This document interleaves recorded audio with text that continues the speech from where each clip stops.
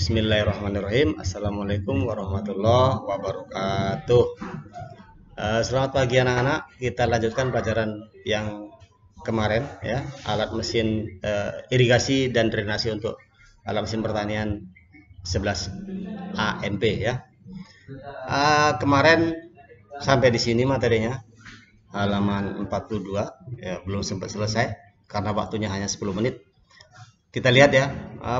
Yang kedua ini tidak lanjutan dari kemarin. Kita lihat nih sifat-sifat air tanah bebas seperti berikut. Yang pertama aquifer yang berhubungan dengan zona aerasi. Yang kedua permukaan air tanah bebas akan selalu tampak tidak berubah pada saat tidak ada pengambilan air seperti yang kemarin sudah dijelaskan.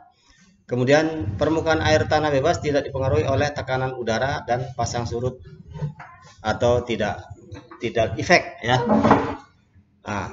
Confined aquifer. Confined aquifer itu yaitu pengandung air tanah yang tertekan atau terbatas.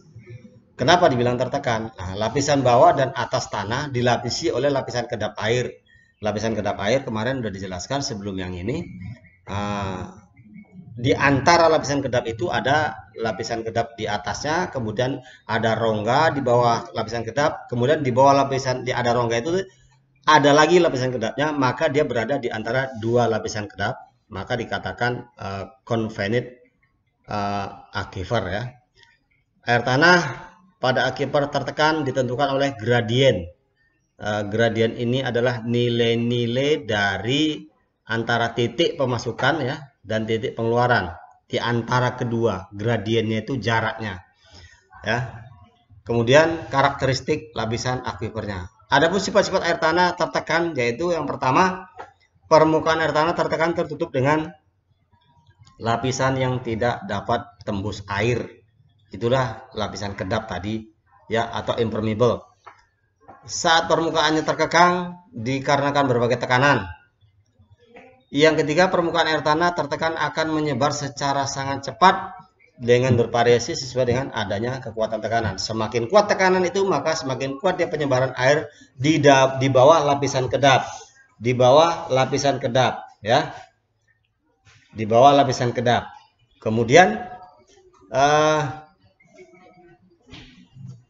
permukaan air tanah akan menyebar. Ini tadi seperti yang dijelaskan bahwa bervariasi tergantung tekanannya. Permukaan air tanah menjadi agak peka terhadap tekanan udara dan pengaruh pasang surut.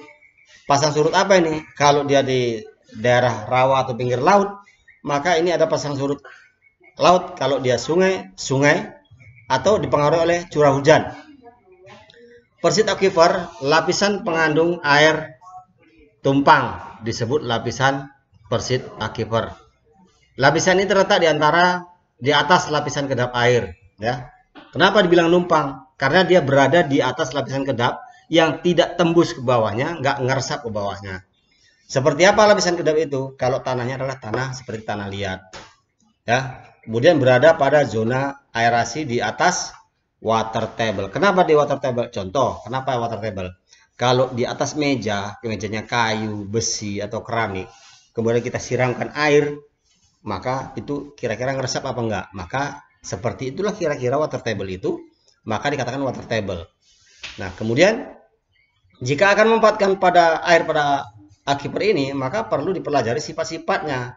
Karena ada lapisan yang mudah ditembus air atau permeable layer. Kenapa namanya permeable? Ini adalah permit dalam bahasa Inggrisnya. Layer itu lapis. Tadi kalau kue lapis ya layer cake, kalau tanah ya permeable layer. Kan gitu.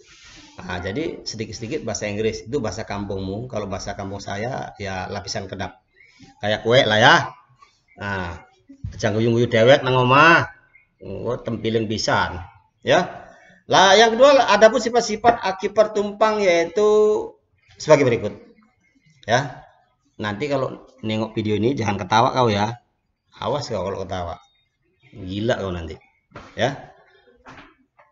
Lapisan tanah yang mudah ditembus air umumnya dimiliki lapisan pasir dan lapisan kerikil.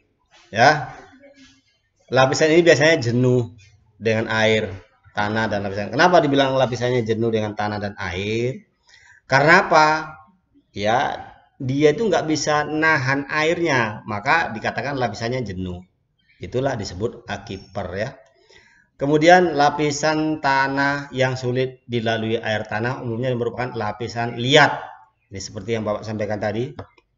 Ini lapisan kedap air atau aquiclut ya. Aquiclut itu lapisan yang menahan air umumnya merupakan lapisan batuan padas. Bahasa Jawanya itu lapisan batuan padas atau padasan, atau kalau bahasa Indonesia cadas kayak gue ya. Disebut lapisan kebal air atau aquifer ya. Nah, kenapa dibilang cadas ya? Karena berbatu. Batunya besar, sebesar rumah, nggak sebesar kepalamu, nanti pecah ya. Jonggo dewe edan kowe. Ya, untuk mengetahui potensi air tanah secara pasti ya, maka data primer dan sekunder yang berkaitan dengan hidrogeologi diantaranya pertama meliputi data primer. Apa itu data primer? Data air tanah yang berkaitan dikumpulkan secara in situ atau institusi ini sebenarnya ya, yakni dari suatu kegiatan survei lapangan. Yang pertama disurvei itu apa? Evaluasi titik minatan hidrogeologi dan hidrologi. Hidrogeologi menyangkut tanah, hidrologi menyangkut air ya, meliputi sumur, gali, mata air dan fasilitas lainnya. Kemudian tes pemompaan air tanah, dilihat dulu tes airnya macam mana dengan menggunakan pompa. Survei geolistrik, nah, bisa nggak untuk menghasilkan listrik di situ. Kenapa? Kalau banyak tanah yang banyak lapisannya mengandung logam, seperti Sinukan ini logamnya banyak. Apa itu logam mulia? Emas segala macam ya. Maka kalau airnya cepat berkarat itu berarti banyak mengandung logam. Kalau banyak mengandung logam maka intensitas petir akan semakin tinggi, berarti daya penghantar listriknya semakin tinggi. Itu pun harus kita lihat ya. Data sekunder. Data sekundernya apa?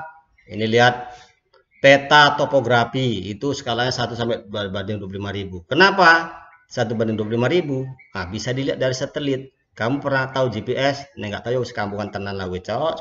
Wes ora jelas lah pokoknya nek nggak ngerti GPS yo. Nang HP-mu enek GPS enggak?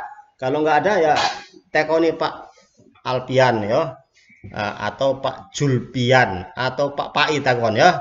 Kalau nggak tahu, kalau nggak awas gue, goblok tenanan. Ya, data hidrologi dan cekungan air tanah, convenant dan unconvenant aquifer, data macam tanah, tanaman, serta tata guna lahan ya. Nah, tata guna lahan ini nanyanya sama siapa? Guru PPLP ya. Nah, kemudian siklus hidrologi. Siklus hidrologi itu adalah siklus curah hujan ya. Baca di sini kondensasi dan turun sebagai hujan. Gimana cara serangkaian proses hujan itu? Ada evaporasi, transpirasi, ada kondensasi, ada dan turun sebagai hujan. Setelah melalui proses penguapan, dia akan naik ke langit, kemudian di situ akan membentuk gumpalan-gumpalan awan, kemudian adanya gumpalan-gumpalan awan itu akan menjadi gumpalan air tadi akan mengumpul jadi satu. Kalau mendung berwarna hitam itu berarti udah banyak mengandung air, tinggal nunggu triggernya aja. Trigger itu ngerti ora? Ngerti ora, Son? Trigger itu tinggal ngenteni jatuh aja, tinggal nunggu jatuhnya air ya. Kemudian ini yang terakhir, siklus tertutup ya. Hujan yang jatuh ke bumi baik langsung menjadi aliran maupun tidak langsung melalui vegetasi. Vegetasi itu nanti dijelaskan ya. Kemudian membentuk siklus aliran air ya. Kemudian air wujud menjadi berupa gas uap akibat panas matahari disebut dengan penguapan atau evaporasi. Itulah pentingnya, makanya ini Bapak nggak terlalu nggak terlalu cepat-cepat geser-geser seperti ini, maka supaya kamu bisa membaca ini dan mencatat apa yang jadi rangkuman dari mata pelajaran irigasi ini. Oke, Son? Sampai di sini dulu. Billahi taufiq wal hidayah. Wassalamualaikum warahmatullahi wabarakatuh. Jangan lupa membaca untuk literasi membaca dan numerasi. Oke? Wassalamualaikum. Ya. Demikian ya. Ini kita sampai halaman 44. Kalian boleh istirahat di rumah, ngopi, ngeteh, mandi, ya, jelungup pun nggak apa-apa. Assalamualaikum.